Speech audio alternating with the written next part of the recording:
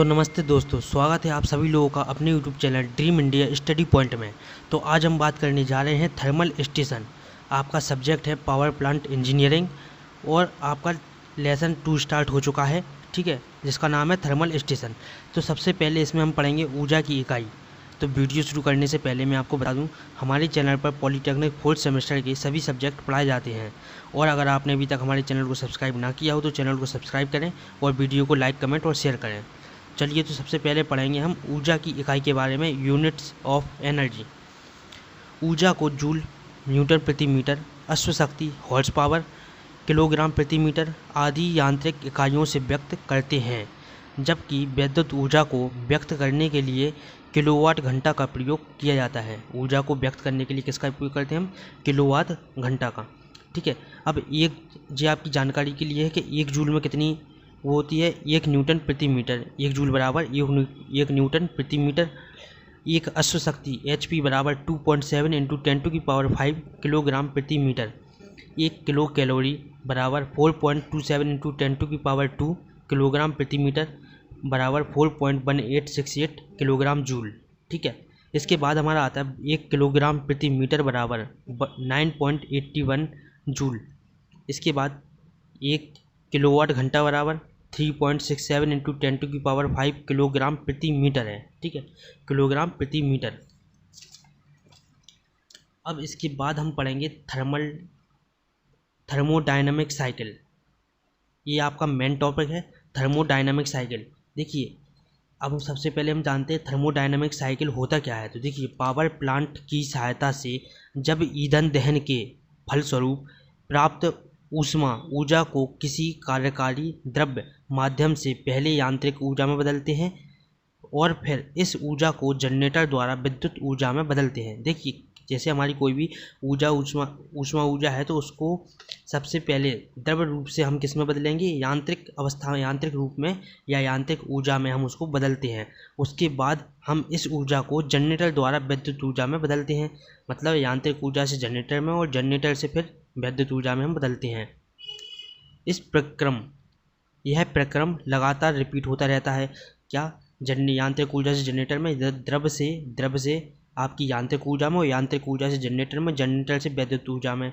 यह प्रक्रम आपका रिपीट होता रहता है, ठीक है, ये होता रहता है। इस प्रकार ऊष्मा तथा कार्य चक्रीय क्रम में होती है। इस प्रकार आपकी जो ऊष्मा है वो एक कार्य चक्रीय क्रम में होता है, ठीक है। यह कार्य एक चक्रीय गोल क्रम में होता है। इसी कार्य को ऊष्मा गतिकी चक्र, थर्मोडायनामिक साइकिल कहते हैं। ये आपकी जो चक्र चल रहा है इसी को हम क्या कहते हैं? ऊष्मा गतिकी चक्र, थर्मोडायनामिक साइकिल, ठीक है। थर्मोडायनामिक साइकिल को हिंदी में कहते हैं हम ऊष्मा गतिकी चक्र, ठीक है। अब हम जानते हैं थर्मोडायनामिक साइकिल 4 प्रकार की होती हैं। कौन कौन से प्रकार है? देखिए, सबसे पहले हम देखें स्थिर आयतन प्रक्रम, constant volume process.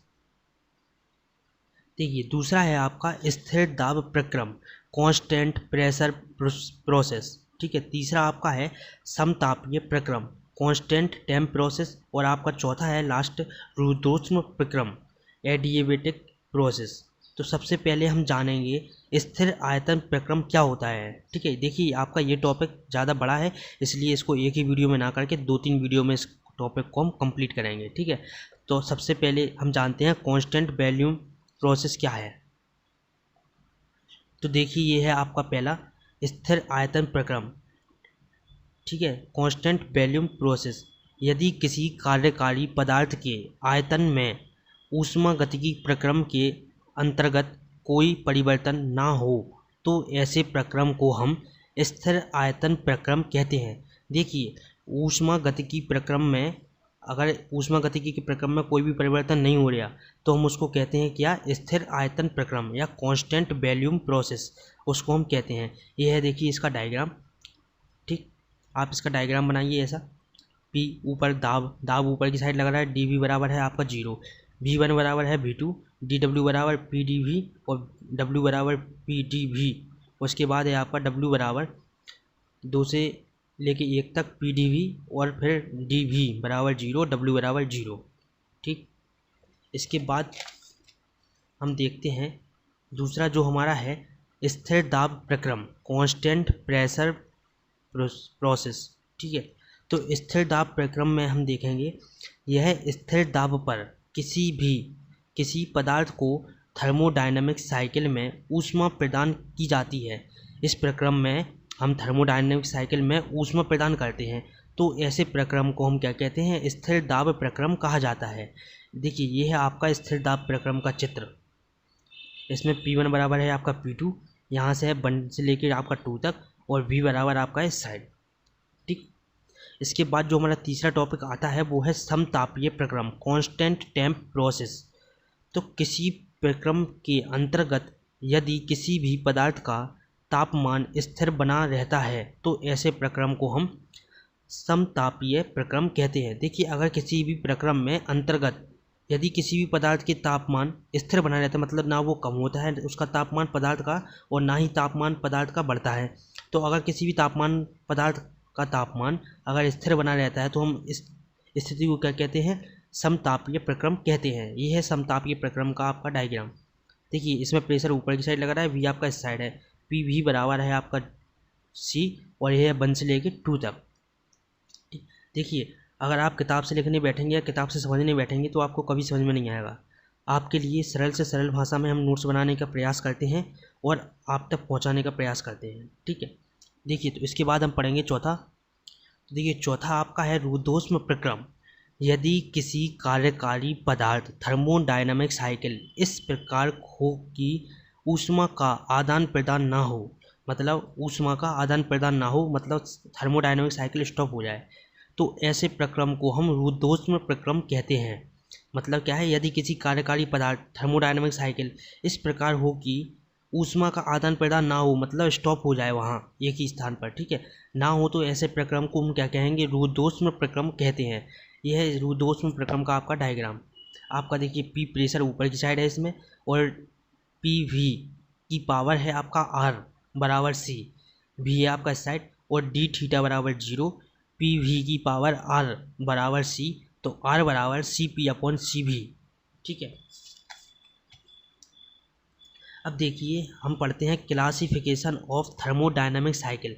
Thermodynamic cycle कितने प्रकार की होती है, तो देखिए ऊष्मागतिकी चक्रों या थर्मोडायनामिक साइकिल का वर्गीकरण।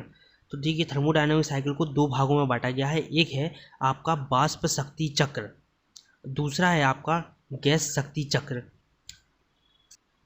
देखिए आपका पहला है आपका वेपर पावर साइकिल और दूसरा है आपका गैस पावर साइकिल, वाष्प शक्ति चक्र और गैस शक्ति चक्र। तो सबसे पहले हम पढ़ेंगे वाष्प शक्ति चक्र के बारे में।